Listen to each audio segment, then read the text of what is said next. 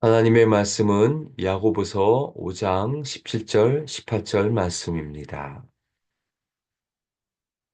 엘리야는 우리와 성정이 같은 사람이로되 그가 비가 오지 않기를 간절히 기도한즉 3년 6개월 동안 땅에 비가 오지 아니하고 다시 기도하니 하늘이 비를 주고 땅이 열매를 맺었느니라. 아멘. 누가 기도해야 할까요? 고난당하는 자, 즐거워하는 자, 병든 자, 그리고 오늘 누구나 어떤 사람이나 다 기도할 수 있습니다. 누구나 기도할 수 있음을 말하기 위해 사도 야고보는 엘리야를 소개합니다. 그런데 우리가 눈여겨봐야 할 표현은 바로 17절에 엘리야를 다음과 같이 소개합니다.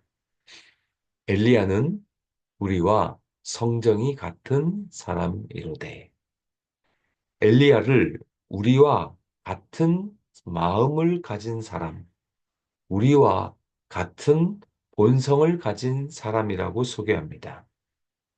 여러분, 엘리야 하면 어떤 사건이 생각납니까? 이 갈멜살 전투가 생각나십니까? 1대 850으로 싸웠던 사람, 그래서 바알 선지자를 물리친 사람이 엘리야입니다. 그런데 그 사람이 우리와 본성이 같은 사람이라고 말합니다.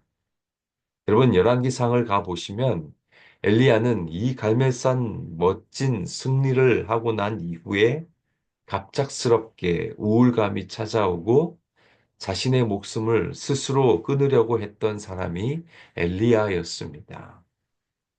엘리야가 물론 대단한 사람 맞지만 우리처럼 힘들고 어렵고 내가 기대했던 것이 좌절될 때 낙심하고 그리고 자신의 목숨을 끊고자 하는 우리와 별반 다를 것이 없는 사람임을 말하고 있습니다. 여러분, 아브라함도 마찬가지입니다. 아브라함이 위대한 믿음의 조상이 맞습니다. 그러나 아브라함도 우리와 성정이 그렇게 다른 사람이 아닙니다. 거짓말하고 아내를 자신의 누이라고 2번이나 속였던 그런 사람이 아브라함이었습니다. 아브라함도 성정이 우리와 같습니다. 그러나 아브라함 역시 믿음의 사람이요, 기도의 사람이었습니다. 엘리야이든 아브라함이든 중요한 포인트는 그가 기도했다는 사실입니다. 사람이 중요한 것이 아니라 그가 기도했다는 이 기도의 방점이 찍혀 있는 것입니다. 여러분, 엘리야가 어떻게 기도했습니까? 17절, 18절 말씀을 보시면 그가 비가 오지 않기를 간절히 기도한즉 3년 6개월 동안 땅에 비가 오지 아니하고 다시 기도하니 하늘이 비를 주고 땅이 열매를 맺었느니라.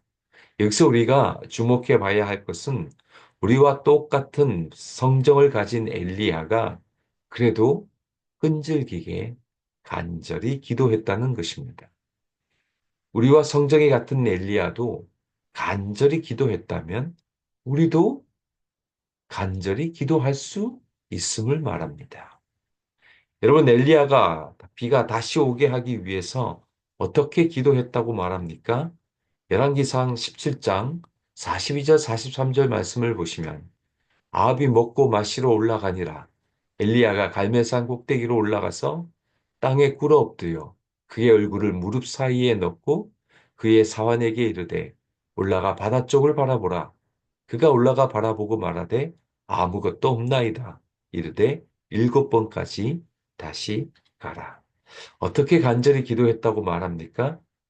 엘리야가 얼굴을 무릎 사이에 넣고 또 사환을 7번이나 산에 올려갔다 왔다 하면서 간절하게 포기하지 않고 기도했다는 사실입니다.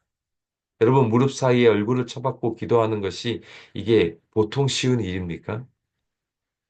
이 말은 그만큼 간절하게 기도했다는 것입니다. 하늘에 떠 있는 구름 한 조각을 보고 7번 오르락 내리락 하면서 믿음을 가지고 포기하지 않고 기도했다는 것입니다.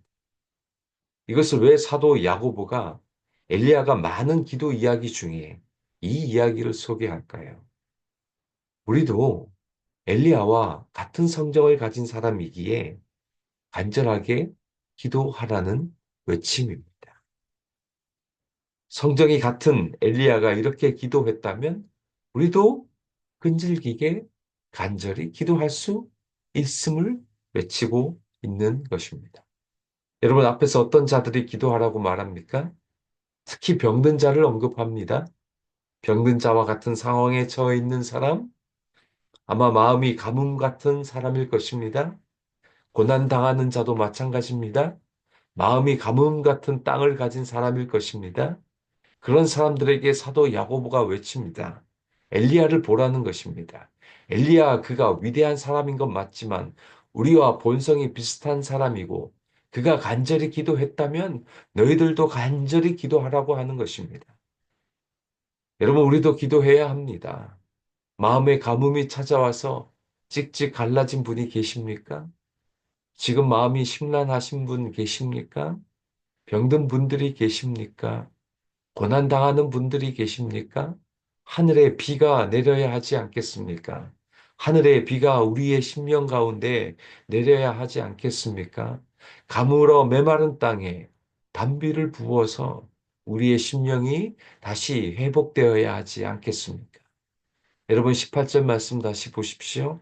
다시 기도하니 하늘이 비를 주고 땅이 열매를 맺었느니라. 땅에 열매가 맺게 됩니다. 기도의 응답이 이루어집니다. 이게 우리가 기도해야 하는 이유 아니겠습니까? 신명기 11장 14절 말씀도 보십시오. 여호와께서 이른 비와 늦은 비를 적당한 때에 내리시리니 너희가 곡식과 포도주와 기름을 얻을 것이요. 여러분 이른 비도 있지만 늦은 비도 있습니다. 일찍 기도의 응답이 있지만 늦게 기도의 응답도 있습니다. 문제는 우리가 간절하게 끈질기게 기도의 자리로 나아가는 것이 중요합니다. 여러분 지금 무엇을 위해 기도하고 계십니까? 혹은 무엇 때문에 기도를 멈추셨습니까? 엘리야처럼 기도하라는 것입니다. 하늘에 문이 닫혀 있을 때도 엘리야는 기도했고 메마른 땅 위에 있을 때도 엘리야는 기도했습니다. 우리와 성정이 같은 엘리야도 기도했다면 우리도 기도할 수 있습니다. 엘리야가 간절하게 기도했다면 우리도 간절하게 기도할 수 있습니다. 저는 로마서 12장 12절 말씀을 소개하고 설교 마무리합니다. 소망 중에 즐거워하며 환난 중에 참으며 기도에 항상 힘쓰며 소망 중에 즐거워하고 환난 중에 참을 수 있는 것 그것은 바로 우리가 기도할 수 있기 때문입니다. 오늘도 이 기도의 자리로 나오신 여러분 하나님이 베풀어 주시는 그 하늘의 비가 여러분 심령 가운데 가득 내리기를 주님의 이름으로 축원드립니다.